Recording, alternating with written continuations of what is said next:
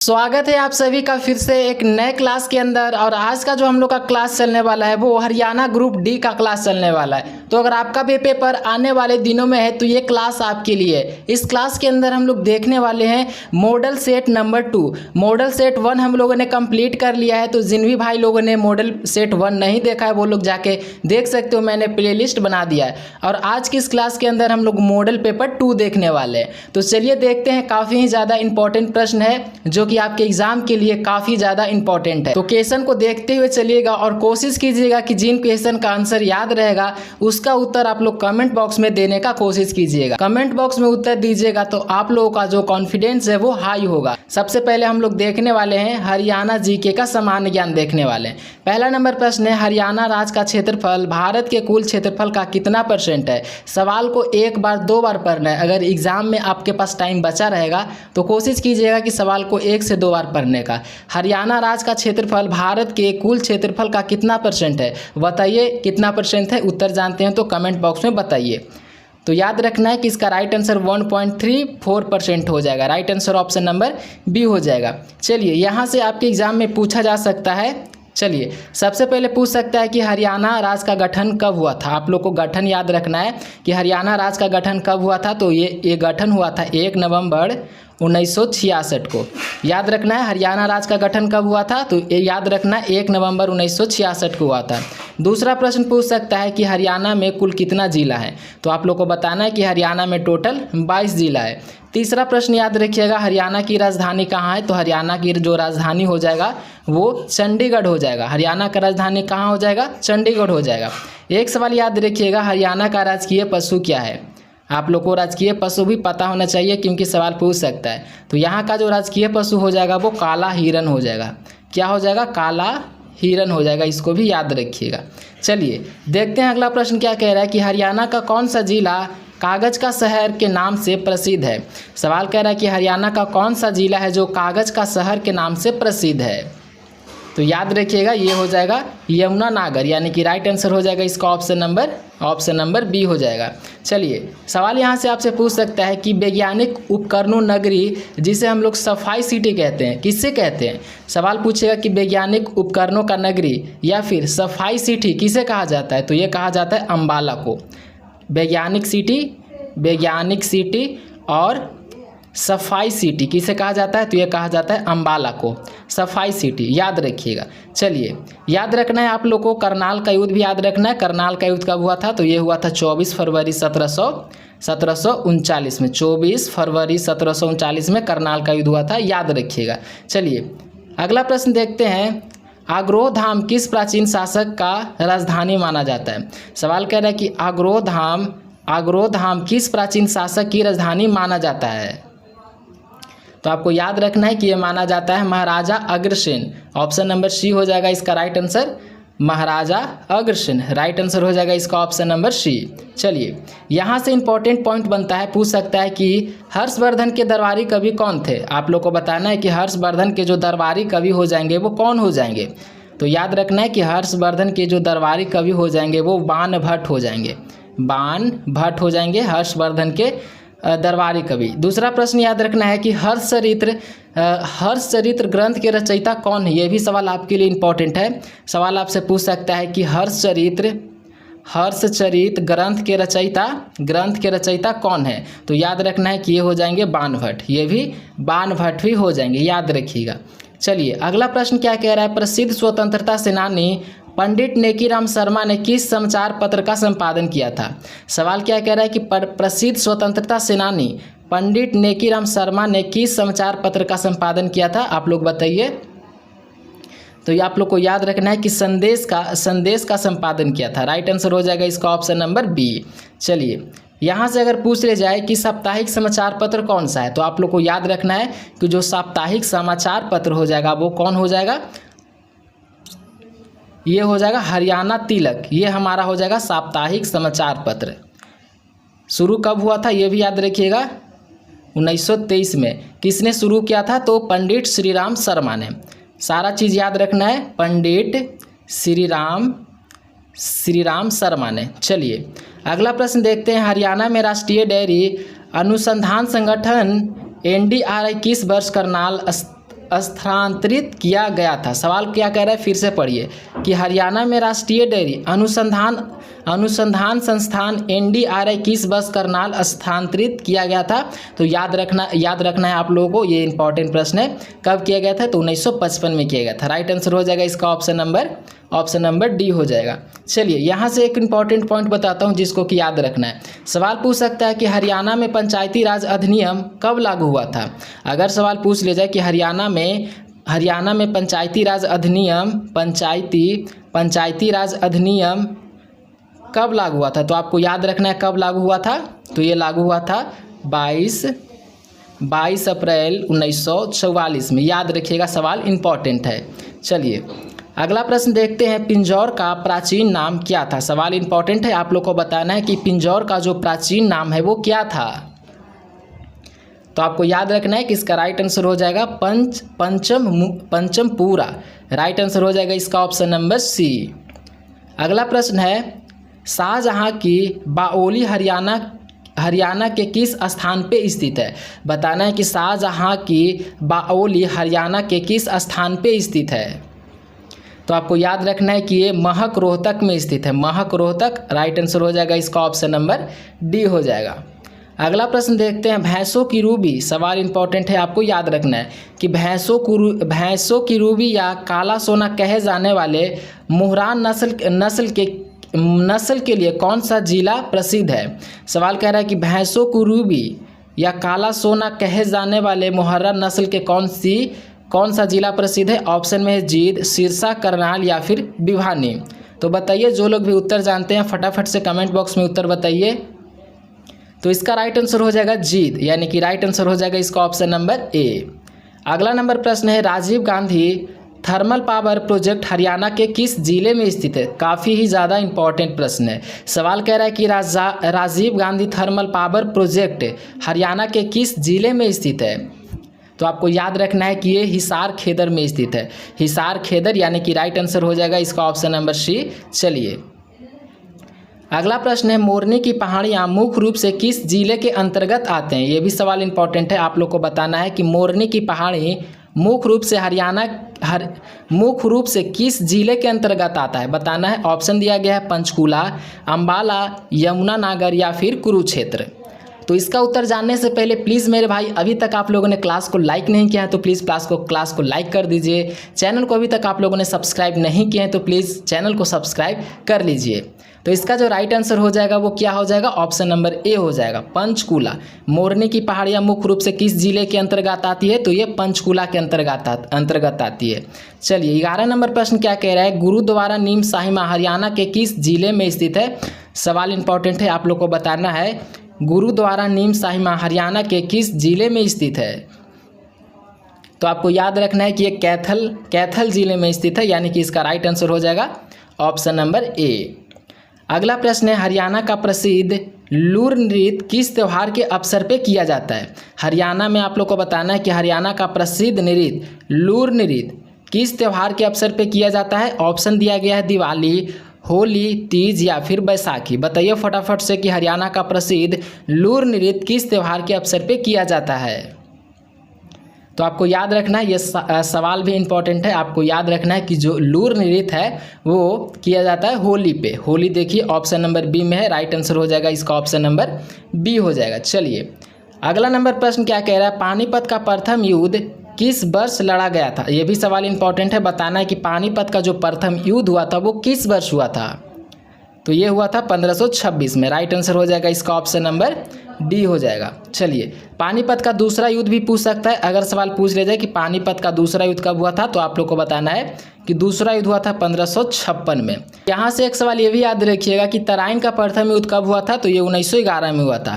तराइन का प्रथम युद्ध 1911 में हुआ था। पानीपत का दूसरा युद्ध 1556 में हुआ था। पानीपत का प्रथम युद्ध कब हुआ था, बताइए फटाफट से। तो ये 1526 में हुआ था। चलिए सबको याद रखना है। अगला प्रश्न देखते हैं, ताजे वाला हेडवर्कर से कौन सा प्रसिद्ध नहर निकलती है। सवाल क्या कह रहा है समझिएगा कि ताजे वाला हेडवर्कर से कौन सा प्रसिद्ध नहर निकलती है। बताइए कि कौन सा प्रसिद्ध नहर निकलती है। तो ये निकलती है पश्चिमी यमुना नहर। देखिए ऑप्शन नंबर बी में है पश्चिमी यमुना नहर, यानी कि राइट आंसर जो हो जाएगा वो ऑप्शन नंबर बी हो जाएगा। अगला प्रश्न क्या कह रहा है, स्थल बोर मठ किस पद से संबंधित है। सवाल ये भी इंपॉर्टेंट है, आप लोग को बताना है कि स्थल बोर मठ किस पद से संबंधित है। ऑप्शन है जैन धर्म, बौद्ध धर्म, नाथ संप्रदाय या फिर सिख धर्म। बताइए इसका उत्तर क्या होगा। तो याद रखना है कि इसका राइट आंसर हो जाएगा नाथ संप्रदाय, ऑप्शन नंबर सी हो जाएगा, नाथ संप्रदाय। चलिए यहाँ से याद रखिएगा कि सिख धर्म के संस्थापक कौन थे। आप लोग को बताना है कि सिख धर्म के जो संस्थापक हो जाएंगे वो कौन हो जाएंगे। तो हो जाएंगे गुरु नानक देव हो जाएंगे। एक प्रश्न याद रखना है कि बौद्ध धर्म के संस्थापक कौन हुए। तो बौद्ध धर्म के संस्थापक हो जाएंगे गौतम बुद्ध। बौद्ध धर्म के संस्थापक कौन हो जाएंगे, गौतम बुद्ध हो जाएंगे। चलिए 16 नंबर प्रश्न क्या कह रहा है कि सरस्वती शुगर मिल हरियाणा के किस स्थान पे स्थित है। यह भी सवाल इंपॉर्टेंट है, बताना है कि सरस्वती शुगर मिल हरियाणा के किस स्थान पे स्थित है। तो आप लोग को याद रखना है कि कौन से स्थान पे स्थित है। तो ये स्थित है यमुनानगर, ऑप्शन नंबर ए में दिया गया है। तो इसका राइट आंसर हो जाएगा ऑप्शन नंबर ए। अगला नंबर प्रश्न है हरियाणा राज्य मानव अधिकार आयोग का मुख्यालय कहाँ स्थित है। यह भी सवाल इंपॉर्टेंट है, आप लोग को बताना है कि हरियाणा राज्य मानव अधिकार आयोग का मुख्यालय कहाँ स्थित है। तो आपको याद रखना है कि ये पंचकुला में स्थित है। इसका जो राइट आंसर हो जाएगा वो ऑप्शन नंबर ए हो जाएगा। एक सवाल याद रखिएगा कि तिलियार झील कहाँ पे स्थित है। सवाल आप लोग को याद रखना है कि जो तिलियार झील है वो कहाँ पे स्थित है। तो याद रखना है कि तिलियार झील रोहतक में स्थित है। सवाल इंपॉर्टेंट है, आपसे एग्जाम में पूछ सकता है कि तिलियार झील कहाँ स्थित है। तो ये रोहतक में स्थित है, याद रखना है। चलिए अगला नंबर प्रश्न है हिसार ए फिरोज की स्थापना फिरोज शाह तुगलक ने किस शताब्दी में की थी। सवाल कह रहा है कि हिसार ए फिरोजा की स्थापना फिरोज शाह तुगलक ने किस शताब्दी में की थी। तो याद रखना है कि 14वीं शताब्दी में हुआ था। इसका जो right answer option number B हो जाएगा। चलिए अगला नंबर प्रश्न है चौधरी देवीलाल भारत के उप प्रधानमंत्री किस वर्ष बने थे। यह भी सवाल इंपॉर्टेंट है, बताना है कि चौधरी देवीलाल भारत के उप प्रधानमंत्री किस वर्ष बने थे। तो आपको याद रखना है कि ये बने थे 1989 में, यानी कि इसका राइट आंसर हो जाएगा ऑप्शन नंबर सी हो जाएगा। अगला नंबर प्रश्न क्या कह रहा है कि कुरुक्षेत्र का प्रसिद्ध ब्रास सरोवर किस राजा द्वारा बनवाया गया माना जाता है। सवाल कह रहा है कि कुरुक्षेत्र का प्रसिद्ध ब्रास सरोवर किस राजा द्वारा बनवाया गया माना जाता है। तो याद रखना है कि ये माना जाता है राजा कुरु के द्वारा, राजा कुरु, जो कि right answer option number A हो जाएगा। चलिए सवाल यहाँ से याद रखिएगा कि सम्राट अशोक किस राजवंश से संबंधित है। तो आप लोग को याद रखना है कि जो सम्राट अशोक हैं, सम्राट अशोक किस राजवंश से संबंधित है। तो आप लोग को याद रखना है कि ये संबंधित हो जाएंगे मौर्य वंश से। कौन सा वंश से हो जाएंगे, तो मौर्य वंश से हो जाएंगे। याद रखना है कि सम्राट अशोक के पिता कौन हो जाएंगे, तो ये हो जाएंगे बिंदुसार। बिंदुसार कौन हो जाएंगे, सम्राट अशोक के पिता। चलिए अगला प्रश्न है तोमस की पहाड़ी हरियाणा के किस जिले में स्थित है। ये भी सवाल काफ़ी ज़्यादा इंपॉर्टेंट है, आप लोग को बताना है कि तोशाम की पहाड़ी हरियाणा के किस जिले में स्थित है। सवाल इंपॉर्टेंट है, आप लोग को याद रखना है कि जो तोशाम की पहाड़ी हो जाएगा वो कहाँ स्थित है, तो भिवानी में स्थित है। भिवानी, यानी कि इसका right answer option number B हो जाएगा। चलिए 22 नंबर प्रश्न क्या कह रहा है सलाय अलविदा खान का मस्जिद किस जिले में स्थित है। यह भी सवाल इंपॉर्टेंट है, आप लोग को बताना है कि सराय अलवर्दी खान की मस्जिद किस जिले में स्थित है। ऑप्शन है फरीदाबाद, मेवात, गुरुग्राम या फिर पलवल। तो इसको याद रखना है कि इसका जो राइट आंसर हो जाएगा वो ऑप्शन नंबर सी हो जाएगा, गुरुग्राम हो जाएगा। Right answer option number C हो जाएगा। चलिए अब हमारा सम्मान अध्ययन और विज्ञान का क्वेश्चन स्टार्ट हो चुका है। तो चलिए देखते हुए चलना है, एक एक प्रश्न इंपॉर्टेंट है आपके लिए, एक भी प्रश्न को मिस मत कीजिएगा। चलिए 23 नंबर प्रश्न क्या कह रहा है कोशिकाएं प्रक्रियाओं के लिए ऊर्जा मुद्रा निम्नलिखित में से किसे कहा जाता है। सवाल को एक बार पढ़ना है, 2 बार पढ़ना, तब आप लोग को अच्छी तरीके से समझ में आएगा। सवाल कह रहा है कि कोशिकाएं प्रक्रियाओं के लिए ऊर्जा मुद्रा निम्नलिखित में से किसे कहा जाता है। तो याद रखना है कि ATP को कहा जाता है। इसका right answer option number B हो जाएगा। चलिए आप लोगों को ग्लूकोज का सूत्र पता होना चाहिए। ग्लूकोज का सूत्र क्या होता है, तो ग्लूकोज का सूत्र हो जाएगा C6H12O6 हो जाएगा। ये ग्लूकोज का सूत्र होता है, याद रखना है। चलिए 24 नंबर प्रश्न क्या कह रहा है भाखड़ा नागल परियोजना किस नदी पे स्थित है। ये भी सवाल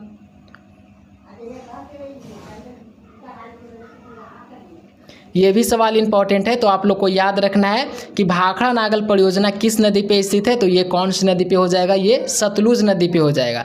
ऑप्शन नंबर इसका राइट आंसर हो जाएगा ऑप्शन नंबर बी। चलिए अगला प्रश्न देखते हैं, गिर राष्ट्रीय उद्यान किस राज्य में स्थित है। सवाल इंपॉर्टेंट है, आप लोग को याद रखना है कि गिर राष्ट्रीय उद्यान किस राज्य में स्थित है, तो ये कहाँ स्थित है, ये गुजरात में स्थित है। ऑप्शन नंबर इसका right answer option number A हो जाएगा। चलिए 26 नंबर प्रश्न है, भारत की संसद के उच्च सदन को क्या कहा जाता है। सवाल क्या कह रहा है कि भारत की संसद में उच्च सदन को क्या कहा जाता है। ऑप्शन है लोकसभा, विधानसभा, राज्यसभा या फिर विधान परिषद। बताना है कि भारत की संसद के उच्च सदन को क्या कहा जाता है, तो याद रखना है कि राज्यसभा कहा जाता है, यानी कि राइट आंसर हो जाएगा इसका ऑप्शन नंबर सी। भारत की जो संसद में उच्च सदन होता है उसे हम लोग राज्यसभा कहते हैं। चलिए अगला प्रश्न है, पेनिसिलिन की खोज किस वैज्ञानिक ने की थी। सवाल ये भी इंपॉर्टेंट है, आप लोग को बताना है कि पेनिसिलिन की खोज किस वैज्ञानिक ने की थी। ऑप्शन में है Louis Pasteur, Robert Hooke, Edward Jenner या फिर अलेक्जेंडर फ्लेमिंग। बताइए फटाफट से कि पेनिसिलिन की खोज किस वैज्ञानिक ने की थी, तो आपको याद रखना है कि ये किए थे अलेक्जेंडर फ्लेमिंग ने। राइट आंसर हो जाएगा इसका ऑप्शन नंबर डी। 28 नंबर प्रश्न है, ध्वनि की तीव्रता मापने के लिए किस इकाई का उपयोग किया जाता है। सवाल क्या कह रहा है कि ध्वनि की तीव्रता मापने के लिए किस इकाई का उपयोग किया जाता है। ऑप्शन में है हर्ट्ज, डेसिबल, वाट या फिर पास्कल। तो आपको याद रखना है कि इसका राइट आंसर हो जाएगा ऑप्शन नंबर बी हो जाएगा, डेसिबल। चलिए और याद रखना है कि विद्युत शक्ति का एसआई मात्रक क्या होता है, तो विद्युत शक्ति का जो एसआई मात्रक होता है वो वाट होता है। विद्युत शक्ति का एसआई मात्रक क्या होता है, तो इसका एसआई मात्रक हो जाएगा वाट, याद रखना है। चलिए 29 नंबर प्रश्न है, द जंगल बुक पुस्तक के लेखक कौन है। सवाल को याद कर लीजिएगा कि द जंगल बुक के पुस्तक के लेखक कौन है, तो इसका right answer option number A हो जाएगा। चलिए अगला नंबर प्रश्न है, सौर मंडल का लाल ग्रह किसे कहा जाता है। ऑप्शन है शुक्र, बुध, शनि या फिर मंगल। तो फटाफट से बताइए कि सौर मंडल का जो लाल ग्रह है वो किसे कहा जाता है। आप लोग को याद रखना है कि मंगल ग्रह को लाल ग्रह कहा जाता है। देखिए ऑप्शन नंबर डी में दिया गया है, right answer option number D हो जाएगा। भोर का तारा किसे कहा जाता है, आप लोग बताइए कमेंट बॉक्स में कि भोर का तारा किसे कहा जाता है। तो याद रखिएगा कि शुक्र को हम लोग भोर का तारा कहते हैं। अगला नंबर प्रश्न है, चलिए यहाँ पे पूरा प्रश्न को आपको याद रखना है। चलिए विटामिन सी की कमी से कौन सा रोग होता है, तो स्कर्वी होता है, इसको याद रखना है। फ्लेमिंग अम्ल किस में पाया जाता है, फ्लेमिंग अम्ल, चलिए यहाँ पे क्वेश्चन मिस्टेक लग रहा है, इसको यहाँ पे रहने देते हैं। विटामिन ए की कमी से कौन सा रोग होता है, रतौंधी होता है। विटामिन बी की कमी से कौन सा रोग होता है, बेरी होता है। याद रखिएगा, ये तीनों प्रश्न को याद कर लीजिए। विटामिन सी की कमी से स्कर्वी होता है, विटामिन ए की कमी से रतौंधी होता है, विटामिन बी की कमी से बेरी होता है। ये तीनों सवाल आपके लिए इंपॉर्टेंट है, इसको रहने देना, तीनों सवाल आप लोग को याद कर लेना है। चलिए 32 नंबर प्रश्न है, भारतीय रिजर्व बैंक यानी कि आरबीआई की स्थापना किस वर्ष हुई थी। यह भी सवाल इंपॉर्टेंट है, बताइए फटाफट से कि आरबीआई की स्थापना किस वर्ष हुई थी। तो याद रखना है इसका right answer option number A हो जाएगा 1935। आरबीआई बैंक की स्थापना कब हुई थी, तो ये हुई थी 1935 में। चलिए अब यहाँ से हम लोग हिंदी का प्रश्न देखने वाले, हिंदी एवं व्याकरण का प्रश्न देखने वाले हैं। चलिए 33 नंबर प्रश्न क्या कह रहा है कि नवग्रह शब्द में कौन सा समास है। समास से क्वेश्चन पूछा जा रहा है कि नवग्रह शब्द में कौन सा समास है, तो इसमें कौन सा समास हो जाएगा, दिग्गु समास हो जाएगा, जो कि right answer option number C में दिया गया है। और यहाँ पे आप लोग को पता होना चाहिए, द्वंद्व समास पहचानने के लिए आप लोग सीख लीजिए, क्योंकि यहाँ से भी सवाल आपसे पूछा जाएगा। देखिए द्वंद्व समास कैसे पहचानना है, अगर दोनों पद प्रधान होता है और बीच में योजक चिन्ह लगा होता है, तो आप लोग समझ जाइएगा कि वो कौन सा शब्द हो जाएगा, वो द्वंद्व समास हो जाएगा। देखिए एग्जाम्पल के साथ मैं आप लोग को समझा देता हूँ। मैंने क्या बोला कि दोनों पद प्रधान होता है और बीच में योजक चिन्ह लगा होता है। जैसे एग्जाम्पल हमारा हो गया माता पिता, माता पिता, देखो बीच में योजक चिन्ह लग गया। एक हो गया दिन रात, इसमें भी क्या हो गया, इसमें भी योजक चिन्ह लग गया। तो ये हमारा हो गया द्वंद्व समास, इसको याद रखिएगा, इस तरीके का शब्द होता है द्वंद्व समास। चलिए 34 नंबर हमारा प्रश्न क्या कह रहा है, आमिष शब्द का विलोम शब्द क्या होगा। आप लोग को बताना है, विलोम शब्द आपसे पूछ रहा है कि आमिष शब्द का विलोम शब्द क्या होगा। तो आपको याद रखना है इसका राइट आंसर हो जाएगा निरामिष। राइट आंसर ऑप्शन नंबर इसका डी हो जाएगा। आमिष शब्द का जो विलोम शब्द हो जाएगा वो निरामिष हो जाएगा। चलिए, और एक सवाल आप लोगों के लिए रहेगा, शाकाहारी का विलोम शब्द क्या होगा? आप लोग कमेंट बॉक्स में बताइए कि शाकाहारी का विलोम शब्द क्या होता है। चलिए, 35 नंबर प्रश्न है, विद्वान शब्द का स्त्रीलिंग रूप क्या है? आप लोग को बताना है विद्वान शब्द का स्त्रीलिंग रूप क्या होता है। तो इसका जो स्त्रीलिंग रूप हो जाएगा वो विदुषी हो जाएगा, यानी कि राइट आंसर हो जाएगा इसका ऑप्शन नंबर इसका हो जाएगा सी। विद्वान का जो स्त्रीलिंग होता है वो विदुषी होता है। चलिए, अगला नंबर प्रश्न है, गड़े मुद्रा उखाड़ना मुहावरे का सही अर्थ क्या है? आप लोग को बताना है कि गड़े मुद्रा उखाड़ना मुहावरे का सही अर्थ क्या है। सवाल इंपॉर्टेंट है, तो आप लोग को याद रखना है कि इसका राइट आंसर हो जाएगा पुरानी बातें को दोबारा दोहराना। गड़े मुद्दे को उखाड़ना यानी कि इसका मुहावरा का अर्थ होता है पुरानी बातें को दोबारा दोहराना। राइट आंसर हो जाएगा इसका ऑप्शन नंबर ए। सवाल इंपॉर्टेंट है। चलिए, 37 नंबर प्रश्न है, सरस्वती शब्द में कौन सा परिवाची शब्द नहीं है? बताना है कि इनमें से कौन सा है जो कि सरस्वती शब्द का परिवाची शब्द नहीं है। तो बताइए फटाफट से कि सरस्वती शब्द में कौन सा परिवाची शब्द नहीं है। तो ये हो जाएगा कमला। शारदा भी सरस्वती का परिवाची शब्द है, वीणा पानी भी सरस्वती का परिवाची शब्द है, और भारती भी सरस्वती का परिवाची शब्द है। ये परिवाची शब्द नहीं है इसका, यानी कि right answer option number B हो जाएगा। और सरस्वती का परिवाची शब्द भी आप लोग याद कर लीजिए, शारदा हो गया, वीणा पानी हो गया, भारती हो गया, ये तीनों सरस्वती का परिवाची शब्द हो गया, याद रखना है। चलिए, 38 नंबर हमारा प्रश्न क्या कह रहा है, जिनकी आशा ना की गई हो, वाक्यांश के लिए एक शब्द क्या होगा? सवाल समझिए क्या कह रहा है कि जिनकी आशा ना की गई हो उसके लिए एक शब्द क्या होगा। तो आप लोग को याद रखना है कि इसका राइट आंसर हो जाएगा ऑप्शन नंबर ए हो जाएगा, याद रखना है। चलिए, अगला प्रश्न देखते हैं। अगला प्रश्न क्या कह रहा है, घर का बेदी लंका ढाए लोककृत का सही अर्थ क्या है? सवाल कह रहा है कि घर का बेदी लंका ढाए लोककृत का सही अर्थ क्या हो जाएगा? तो आपको याद रखना है कि आपसी फूट से नुकसान होना, आपसी फूट से नुकसान होना, यानी कि राइट आंसर जो हो जाएगा इसका ऑप्शन नंबर बी हो जाएगा। 40 नंबर प्रश्न है, आगम का विलोम शब्द क्या होगा? यह भी सवाल इंपॉर्टेंट है, आप लोग को याद रखना है कि आगम का जो विलोम शब्द होता है वो क्या होता है। तो आगम का विलोम शब्द सुगम हो जाएगा, यानी कि राइट आंसर हो जाएगा ऑप्शन नंबर ए। आगम का विलोम शब्द सुगम हो जाएगा। चलिए, 41 नंबर प्रश्न है, इत्यादि शब्द का संधि विच्छेद क्या होगा? आप लोग को बताना है कि इत्यादि शब्द का संधि विच्छेद क्या होगा। बताइए फटाफट से इत्यादि शब्द का संधि विच्छेद। तो देखिए, इत्यादि का जो संधि विच्छेद होता है वो इति प्लस आदि होता है। यहाँ पे भी काफ़ी लोग गलत कर देते हैं, इति प्लस आदि। देखिए, आप लोग देखिए ऑप्शन नंबर कौन सा है, ऑप्शन नंबर बी में इति प्लस आदि, यानी कि राइट आंसर हो जाएगा इसका ऑप्शन नंबर बी हो जाएगा। अब यहाँ से हम लोग का अंग्रेजी का प्रश्न स्टार्ट हो चुका है।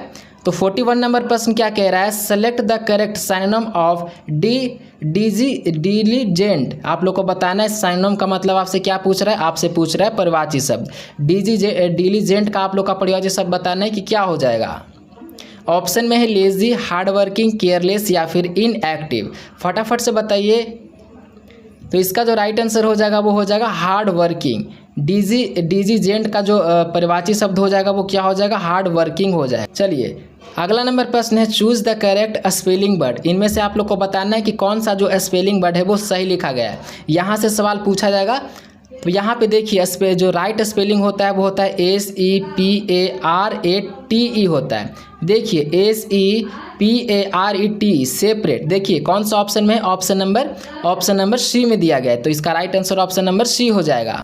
चलिए, 43 नंबर प्रश्न है, fill in the blanks with the correct preposition. See disturb sweets in the sweets the children. सवाल क्या कह रहे हैं, फिर से पढ़ते हैं। Fill in the blanks with the correct preposition, see disturbed sweet the children. तो यहाँ पे हम लोग किस चीज़ का प्रयोग करेंगे, तो यहाँ पे हम लोग एमोंग का प्रयोग करेंगे। एमोंग देखिए ऑप्शन नंबर डी में दिया गया है। तो राइट आंसर हो जाएगा इसका ऑप्शन नंबर डी। 44 नंबर प्रश्न है, select the antonym of fairy queen. आप लोग को एंटोनिम यानी कि आपसे पूछ रहा है विलोम शब्द।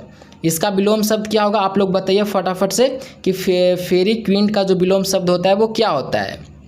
ऑप्शन में है रेयर, ऑफ्टेन, रेगुलर या फिर कंस्टेंट। तो आपको याद रखना है कि इसका जो राइट आंसर हो जाएगा वो हो जाएगा ऑप्शन नंबर हो जाएगा ऑप्शन नंबर ए हो जाएगा। इसका जो विलोम शब्द हो जाएगा वो रेयर होता है। चलिए, अगला नंबर प्रश्न है, select the correct antonym of one of penis, यानी कि एंटोनिम का मतलब आपसे क्या पूछ रहा है, आपसे यहाँ पे विलोम शब्द पूछ रहा है। तो बताइए कि पेनिस का विलोम शब्द क्या होता है। तो सिंपल सा प्रश्न है, पेनिस का इसका हो जाएगा रिवार्ड। राइट आंसर हो जाएगा इसका ऑप्शन नंबर सी। चलिए 2 प्रश्न आपके लिए रहेगा, आप लोग बताइए ट्रू का विलोम शब्द क्या होता है, और एक आप लोग बता दीजिए क्लीन का। चलिए एग्जाम के लिए भी इंपॉर्टेंट है, और आप लोग फटाफट से इसका उत्तर कमेंट बॉक्स में बताइएगा। 46 नंबर प्रश्न क्या कह रहा है, fill in the blanks with the suitable article Ganges is a sacred river. तो यहाँ पे हम लोग किस चीज़ का प्रयोग करेंगे, गंगाज इज अ स्केर्ड रिवर। तो यहाँ पे हम लोग ए का प्रयोग करेंगे, गंगाज इज ए स्केर्ड रिवर, यानी कि ऑप्शन नंबर ए में दिया गया है। राइट आंसर हो जाएगा ऑप्शन नंबर ए हो जाएगा। चलिए 47 नंबर प्रश्न क्या कह रहा है, select the correct synonym of gloomy. आप लोग सिनोनिम का मतलब आपसे पूछ रहे हैं परिवाची शब्द, तो इसका बताइए कि परिवाची शब्द इसका क्या हो जाएगा। सवाल इंपॉर्टेंट है, आप लोग को याद रखना है। ऑप्शन में है हैप्पी, सैड, डार्क, ब्राइट या फिर ज्वाल। फटाफट से बताइए। तो इसका राइट आंसर हो जाएगा सैड डार्क, यानी कि राइट आंसर हो जाएगा इसका ऑप्शन नंबर बी हो जाएगा। 49 नंबर प्रश्न क्या कह रहा है, choose the plural word of mouse, यानी कि आप लोग को इसमें से प्लूरल वर्ड आप लोग को बताना है माउस का। तो माउस का हो जाएगा माइस, MICE। देखिए ऑप्शन नंबर बी में दिया गया है, तो राइट आंसर हो जाएगा ऑप्शन नंबर बी। 50 नंबर प्रश्न है, select one word of first phase A government by the people. तो बताइए इसका राइट आंसर हो जाएगा ऑप्शन नंबर ए, डेमोक्रेसी हो जाएगा, DEMOCRACY। Right answer option number A हो जाएगा। चलिए अब यहाँ से हमारा गणित का प्रश्न आ चुका है, तो देखते चलना है। गणित का भी प्रश्न बनाने के लिए भी आप लोग को सिखाऊंगा। चलिए 51 नंबर प्रश्न क्या कह रहा है, यदि किसी घन की एक भुजा 5 सेंटीमीटर है तो उसका आयतन कितना होगा। तो बताइए फटाफट से कि किसी घन का जो एक भुजा दिया गया है वो 5 सेंटीमीटर दिया गया है, तो सवाल कह रहा है कि उसका जो घन का आयतन हो जाएगा वो कितना हो जाएगा। तो इसको निकालने के लिए देखिए कैसे निकालना है। घन यानी कि a के पावर q लिख लेंगे, यानी कि a कितना दिया है 5, तो 5 के पावर q कर लेंगे, यानी कि 5 को 3 बार हम लोग अगर मल्टीप्लाई कर लेंगे तो कितना आ जाएगा 125 आ जाएगा। देखिए ऑप्शन नंबर ए में दिया गया है। चलिए सवाल इंपॉर्टेंट है, आप लोग इस तरीके से इसका आंसर निकाल सकते हैं। राइट आंसर हो जाएगा इसका ऑप्शन नंबर ए। 52 नंबर प्रश्न है, 18 और 24 का HCF क्या होगा। बताना है आप लोग को 18 और 24 का HCF क्या होगा। तो ये तो सिंपल प्रश्न है, इसको सॉल्व करके आंसर आप लोग को कितना लाना है, मैं आप लोग को आंसर बता देता हूँ कि इसका जो HCF आ जाएगा वो आ जाएगा 6। आप लोग को HCF निकाल के 6 लाना है। 6 लेके आ जाते हो तो समझ जाना कि आपका बनाया हुआ बिल्कुल सही है। 53 नंबर प्रश्न क्या कह रहा है कि 120 का 15% कितना होगा। सवाल इंपॉर्टेंट है, इसको आप लोगों को देखिए इस तरीके से बनाना है। 120 का 15% बोल रहा है तो ऐसे कर लेंगे, बटा में 100 कर लेंगे। इसको सॉल्व कीजिएगा तो इसको सॉल्व करने के बाद कितना आ जाएगा, आंसर आ जाएगा। आप लोग बताइए इसको सॉल्व करके फटाफट से। तो इसको सॉल्व करके आ जाएगा ऑप्शन नंबर बी, 18 आ जाएगा। आप लोग सॉल्व कर लीजिएगा। चलिए 54 नंबर प्रश्न क्या कह रहा है, यदि एक व्यक्ति इतना में साइकिल खरीदकर इतना में बेचता है तो उसका लाभ प्रतिशत क्या होगा। तो देखिए इसको कैसे सॉल्व करना है। यहाँ पे हम लोग सबसे पहले निकाल लेंगे कितना का प्रॉफिट होता है, तो मारेंगे इतना और। तो देखिए इसको कैसे सॉल्व करना है। इसको सॉल्व करने के लिए माइनस में डाल लेंगे इतना, इतना कीजिएगा तो आ जाएगा इतना। देखिए इतना आप लोग को याद रखना है। इतना निकालने के बाद क्या कह रहा है, लाभ प्रतिशत। तो लाभ प्रतिशत बराबर फॉर्मूला यहाँ पे लिख लेंगे। हमारा लाभ कितना आया था, इतना आया था, बट मल्टीप्लाई में 100 कर लेंगे और फिर इतना कर लेंगे। अब आप लोग इसको सॉल्व कीजिएगा तो इसको आ जाएगा आंसर 25%। देखिए 25% ऑप्शन नंबर बी में दिया गया है। Right answer option number B हो जाएगा। चलिए यहाँ से अब रीजनिंग का प्रश्न देखते हैं। चलिए 55 नंबर प्रश्न है, निम्नलिखित श्रेणी में अगला पद ज्ञात करना है। बताना इनमें से अगला पद क्या होगा। तो देखिए इसका जो अगला पद हो जाएगा वो कितना हो जाएगा। यहाँ पे 1 का Q लिखा गया है, फिर लिखा गया है यहाँ पे 2 का Q लिखा गया है, फिर लिखा गया है 3 का Q, फिर 4 का Q लिखा गया है 4, फिर 5 का Q। देखिए यहाँ पे 5 का हम लोग Q कर लेंगे तो हमारा आंसर आ जाएगा ऑप्शन नंबर सी हो जाएगा। राइट आंसर हो जाएगा इसका ऑप्शन नंबर सी। 56 नंबर प्रश्न है, यदि पेन का कोड भाषा में इतना लिखा जाता है तो पैड का मान क्या होगा। तो देखिए इसको कैसे सॉल्व करना है। P कितने नंबर पे आता है आप लोग बताइए। P आता है हमारा, P जो आता है वो 16 नंबर पे आता है। A कितने नंबर पे आता है, A आता है 1 नंबर पे, और D कितने नंबर पे आता है, तो D आता है 21 नंबर पे। अब आप लोग सबको ऐड कीजिए, ऐड करने के बाद कितना आ जाएगा, एक डी के में नंबर पे आता है आप लोग को डी, हाँ ए बी। तो यहाँ पे देखिए क्या कह रहा है कि पी ए डी का मान। तो देखिए इसको कैसे सॉल्व करना है बताइए। पी के में नंबर पे आता है, ए के में नंबर पे आता है और डी के में नंबर पे आता है। तो पी जो हमारा आता है वो आता है 16 नंबर पे, ए आता है 1 नंबर पे, डी आता है 4 नंबर पे। 4 1 5 यानी कि 16 + 5 कर लेंगे तो 21 आ जाएगा। देखिए ऑप्शन नंबर ए में दिया गया है तो राइट आंसर हो जाएगा ऑप्शन नंबर ए। चलिए 56 नंबर प्रश्न है, प्रथम 5 अभाज्य संख्या का औसत क्या होगा। आप लोग को बताना है कि प्रथम 5 अभाज्य संख्या का औसत क्या होगा। तो इसके निकालने के लिए आपको अभाज्य संख्या पहले पता होना चाहिए। तो अभाज्य संख्या हमारा होता है 2 3 5 7 11। तो देखिए यहाँ पे हम लोगों ने अभाज्य संख्या को लिख लिया है तो इसको ऐड कर लेंगे। इसको ऐड करने पे कितना आ जाएगा और कितना संख्या 1 2 3 4 5 इतना कर लेंगे और बटे में 5 कर लेंगे। ये सारे को ऐड करके और इससे डिवाइड कर देंगे, आप लोग का आंसर आ जाएगा। 57 नंबर प्रश्न है, यदि ए बी का पुत्र है, बी सी की माता है तो सी ए का क्या संबंध हो जाएगा। तो ये हो जाएगा भाई और बहन का संबंध हो जाएगा, यानी कि राइट आंसर हो जाएगा इसका ऑप्शन नंबर बी। 58 नंबर प्रश्न है, दिए गए विकल्पों में विषम को चुनिए। तो यहाँ पे जो हमारा विषम हो जाएगा वो पीतल हो जाएगा। बाकी पीतल क्योंकि मिश्र धातु है, जबकि अन शुद्ध धातु है। बाकी एक जो पीतल है वो हमारा मिश्र धातु है। बाकी तीनों जो ये है शुद्ध धातु हो जाएगा, बाकी ये मिश्र धातु है। तो राइट आंसर हो जाएगा ऑप्शन नंबर बी, क्योंकि यहाँ पे विषम बोल रहा है। चलिए 59 नंबर प्रश्न है, जिस प्रकार दर्जी का संबंध कपड़ा से है उसी प्रकार बढ़ई का संबंध क्या हुआ। तो बढ़ई का संबंध हो जाएगा किससे, तो ये लकड़ी से हो जाएगा। Right answer option number D हो जाएगा। तो चलिए मॉडल सेट के अंदर हम लोगों ने टॉप 60 प्रश्न को ऐड किया था, जिसको हम लोगों ने कंप्लीट कर लिया है। तो अगर आप लोग भी चाहते हो कि मॉडल सेट नंबर 3 भी लेकर आऊँ तो प्लीज़ आप लोग कमेंट कर दीजिए। आप लोग कमेंट कर दीजिए पार्ट 3, ताकि मैं जल्दी से जल्दी इसका नेक्स्ट पार्ट लेकर के आ जाऊँ।